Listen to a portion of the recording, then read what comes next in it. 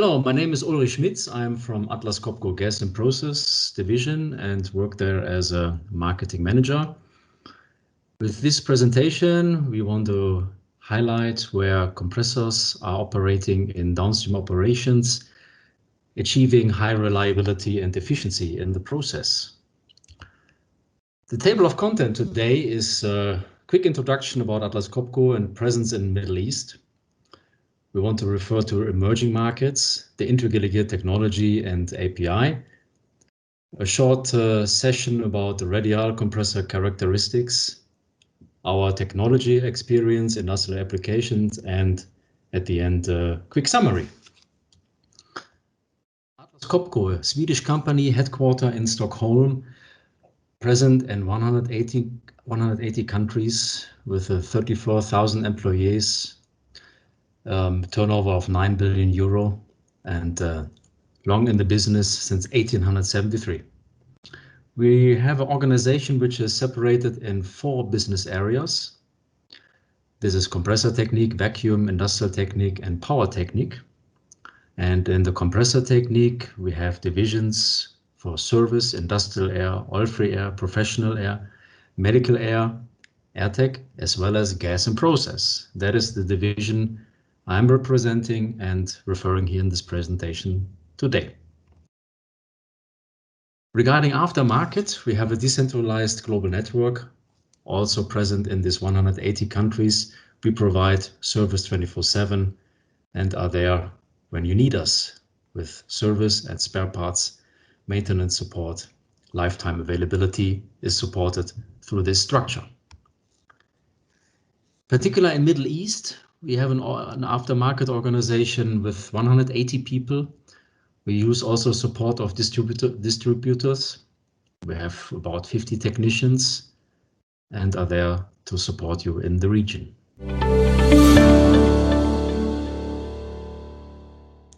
In the context of the world to decarbonize in the next 30 years because of increased emissions and so to say greenhouse gas effects, there are emerging markets coming up.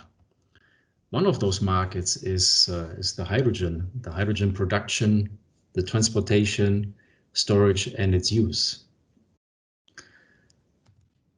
While hydrogen is produced through steam methane reforming, yearly about 70 million tons per year are produced in such a way and used mainly in ammonia and refinery applications.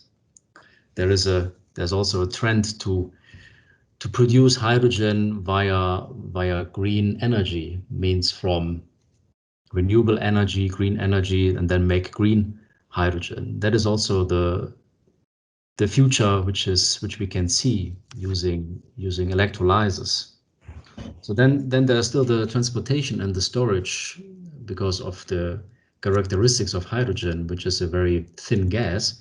The transportation and storage remains currently a challenge. While the use is already there, using hydrogen in fuel cells for mobility and so on is already a quite common practice.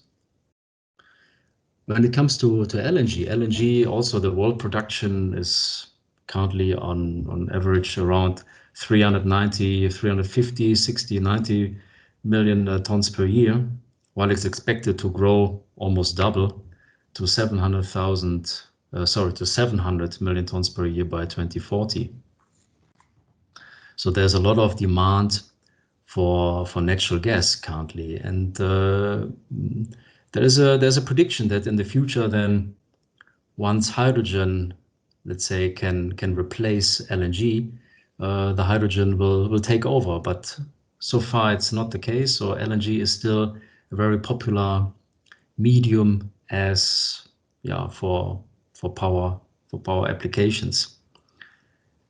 In all this sense, by producing hydrogen, but also by exploring natural gas and making LNG, there's also the CO2, which is an exhaust gas coming from those processes as well from other processes. So capturing CO2 from exhaust gases will remain a challenge, or is an upcoming emerging market. According to the International Energy Agency, if the world wants to meet the Paris Agreement and all energy-related sustainable development goals, there are about 2,000 carbon capture storage facilities needs to be in operation by 2040. That is quite a huge number. In other media, I found there's currently only around 50. So going up to 2,000 is a huge effort which needs to be considered. Looking at Atlas Copco starting in 1984 with the how to say supporting technology to reduce the carbon footprint. We have here a couple of examples where we have supported those activities. Starting from the left, for example, on the oxy-combustion projects, Atlas Copco supplied for pilot plants like in 2006, it was for Schwarze Pumpe in Germany, 2008 for Kellite in Australia, and in 2016 for Net Power in Australia. On those projects, we can say those are typically demo plants to test the process, and then going to large commercial scale projects in the future. In terms of energy recovery from geothermal, waste heat, pressure letdown, Atlas Copco has supplied rotating equipment by means of turbo expander in turbo expander generator packages. Yeah, the red one, the heat pump, Atlas Copco already supplied in 1984 a heat pump compressor for a project in Sweden to generate a portion of the district heating to the city of Gothenburg in Sweden. And in 2005, Atlas Copco Gas and Process delivered a CO2 compressor to compress CO2 coming from a refinery that's usually emitted into the air, is recycled now back to the greenhouses, yeah, as a food, so to say, for tomatoes and salad. With regards to new technologies to support those emerging markets, as mentioned before, like hydrogen and LNG, Atlas Copco supplied gas screw compressors for LNG as a fuel, like we see on the left side. Those screw compressors go on LNG carriers, but also on container vessels. Currently, we are executing a compressor expander project to be applied in the supercritical CO2 cycle, CO2 power cycle, which is the second picture from the left. And recently also Atlas Copco supplied a single-stage hydrogen compressor, which goes on a hydrogen carrier and serves as a boil of gas compressor. And last but not least, the ITER project in France. Here Atlas Copco supplied compressors for helium and nitrogen compression to install in this important project. That project is a project to demonstrate the feasibility of fusion power. Having that said, some of those projects are still in R&D phase with the aim to build prototype plants before going commercial. So diving now more into our technology, we are looking now at the integrated compressor, where we see the characteristics in this section. The characteristic of an integrated compressor is basically there's an overhang arrangement of the impellers on the pinion shaft ends, either one or two impellers, like arranged in this picture. You can imagine, but by this arrangement, separate compressor bearings are not necessary. The bearings of the pinion shafts are identical to those of the compressor rotor. In other words, the pinion shaft is part of the compressor. The rotors itself, those are shafts out of one piece, heat-treated forged alloy steel. Shaft seals, because we have here oil-free compression, they're either by labyrinths, carbon rings, or dry gas seals. Bearings, tilting pad bearings and sleeve bearings, coupling, multiple disc, diaphragm, or gear. The flow is arranged by or managed by IGV or DGV. IGV in this means an inlet guide vane, DGV diffuser guide vane. Starting over decades, the growth over the decades, the growth in the use of intermediate in chemical, petrochemical has been supported by very important factors. Also, the advances in dry gas seal technology, modern aerodynamic, rotordynamic, and thermodynamic knowledge, and advanced manufacturing methods in producing accurate rotating parts and various complex components with, of course, reasonable cost. With those advances, and because of the simplicity, reliability, lightweight, and compact design, IG compressors have become much more popular in the hydrocarbon world. And supported by API, which included in Chapter 3 the intermediate compressors, they became even more prominent.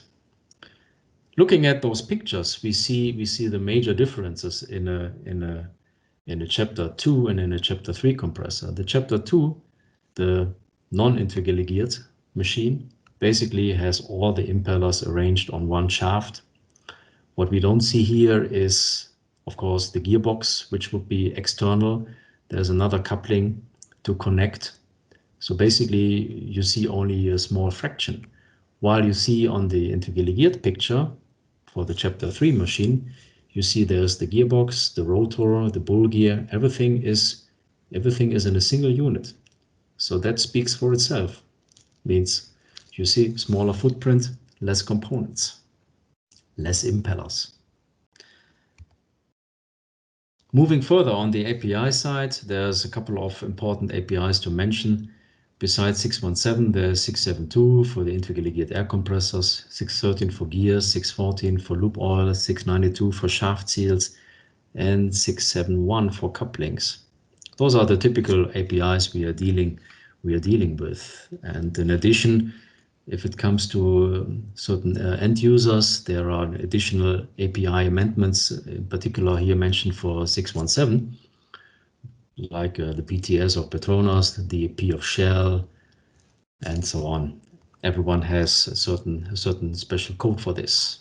We will also see some of those examples later in the presentation. While we have here the first one, for example, Shell Prelude, the large vessel which we see on the left side, 500-meter long. And Atlas Copco Gas and Process supplied here region gas compressor, maintenance gas, and instrument air compressor for this very important project of Shell a few years ago. As well as for Petronas FLNG, Atlas Copco also supplied gas compressors.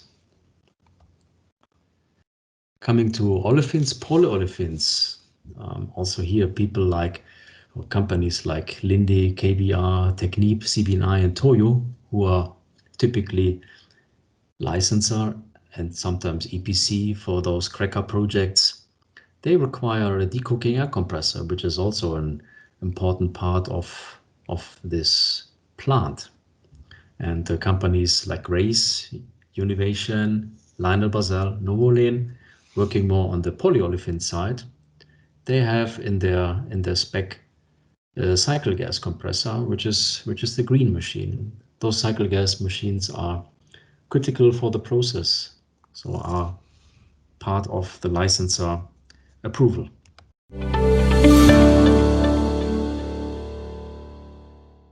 On the radial compressor characteristics, we start first with the impeller, and see here certain examples on that slide.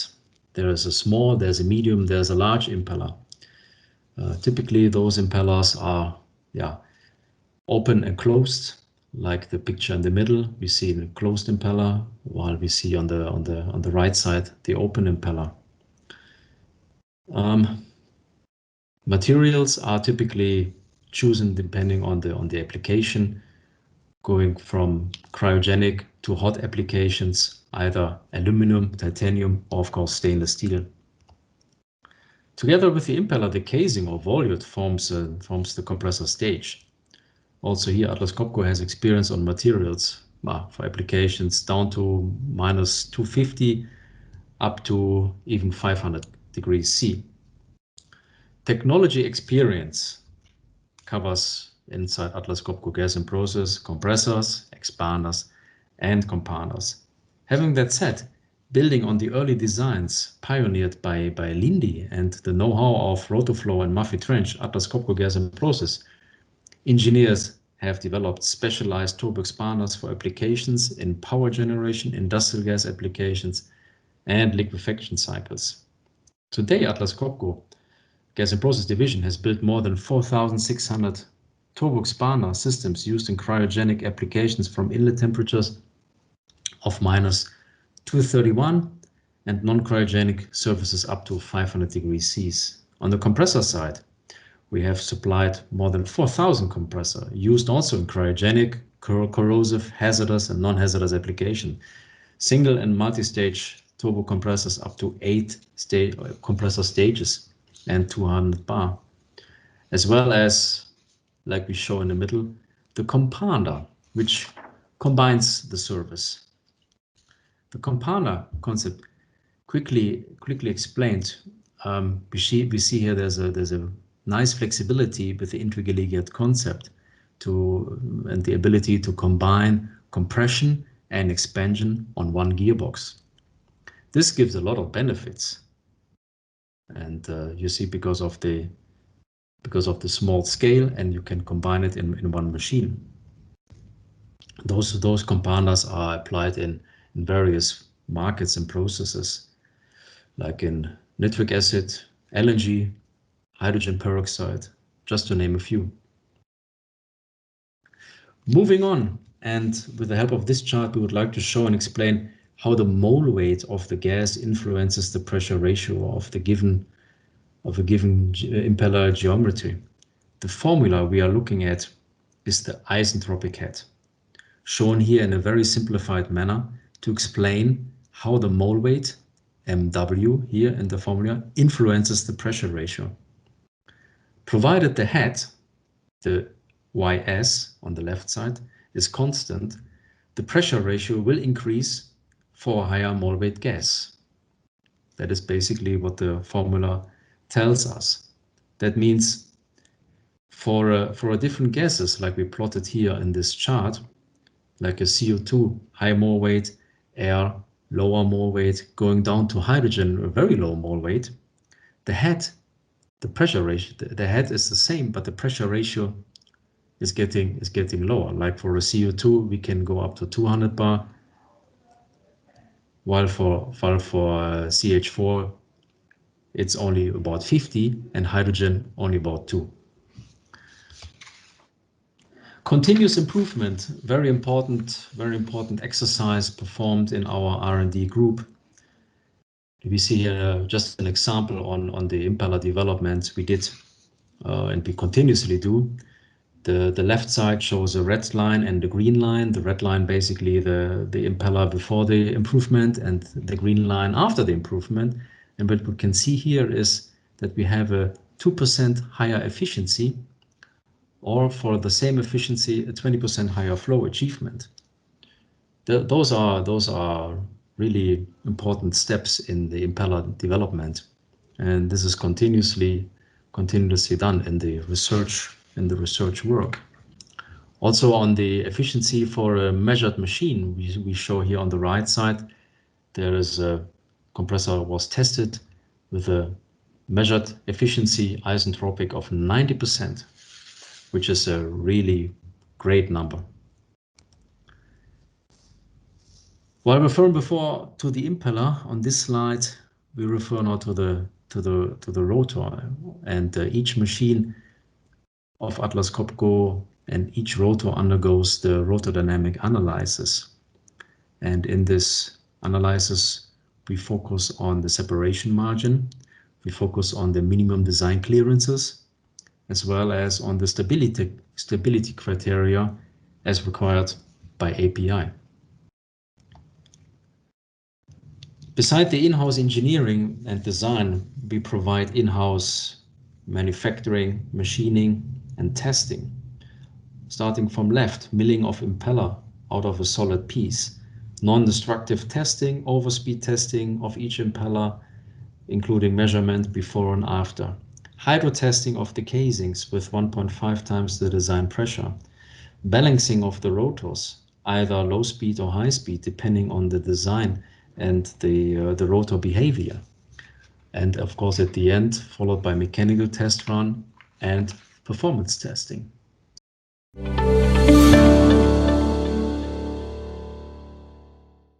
Moving further with our technology experience in industrial applications, today I want to refer to the production of hydrogen and CO, also called collectively known as syngas.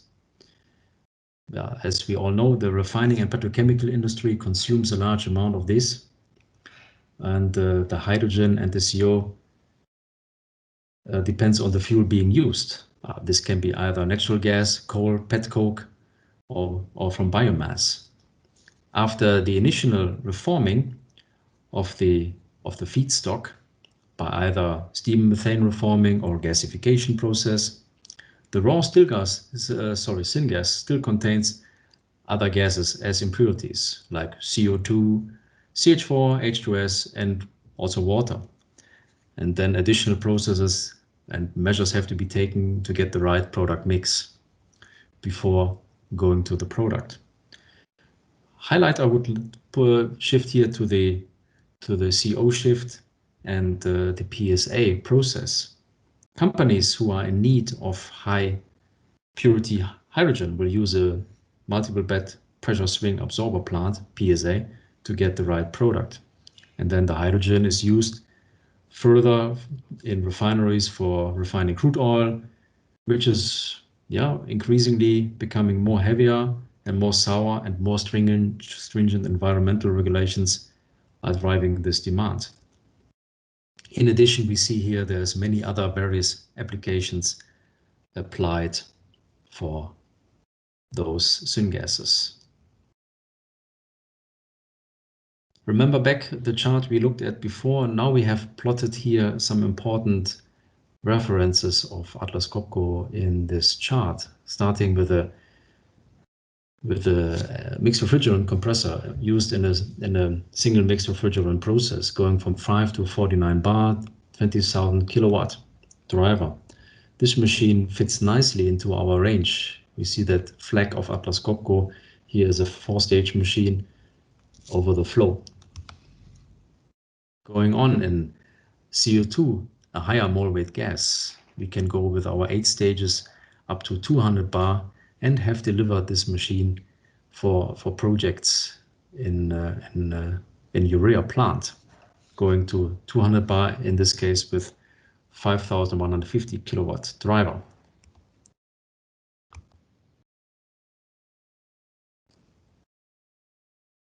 On the before mentioned PSI tail gas, here we see the example of a tail gas compressor which is installed in a refinery in India, in this case of Reliance, going from 1.3 to 5.8 bar and the 7,000 kilowatt driver.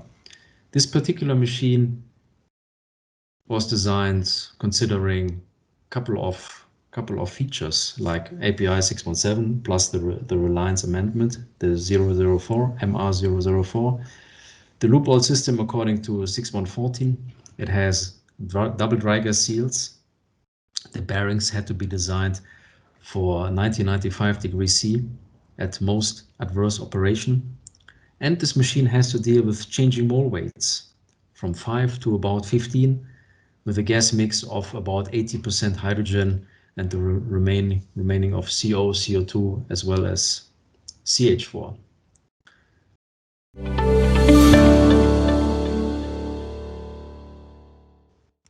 So a nice task which was performed here successfully by Atlas Copco team. Summing up, what we have seen today is that several different gas services can be handled by one integrally geared compressor. So that was also the chart when I was referring to the compounder concept. Maximum reliability with well-referenced compressor core, backed up by decades of experience in process gas compression and expansion. Well, the numbers speak for itself. We saw numbers of 4,000 and 4,600 So there's a lot of experience available within our organization. Energy savings up to 30% compared to a single shaft, of course, depending on what is the application.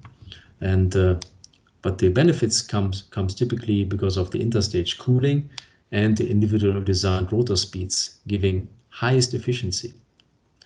Reliability and maintainability are according to API standards, if you want to say so. And yeah, those machines are designed to last for 25 years and much longer. Remember the example of the 1984 machine, still in operation. Smaller footprint, yeah, because of the higher speeds of the impeller, the whole frame is getting smaller. The whole machine is getting more compact. There is no intermediate gearbox needed like in the single shaft machine. So there's less components, less space. And with all that, it comes with a reduced installation time and cost because it's often packaged as a ready for operation. And what we also have highlighted before, the performance testing and the aftermarket services are available. Having that said, I thank you for your attention and wish you a good day. Bye-bye.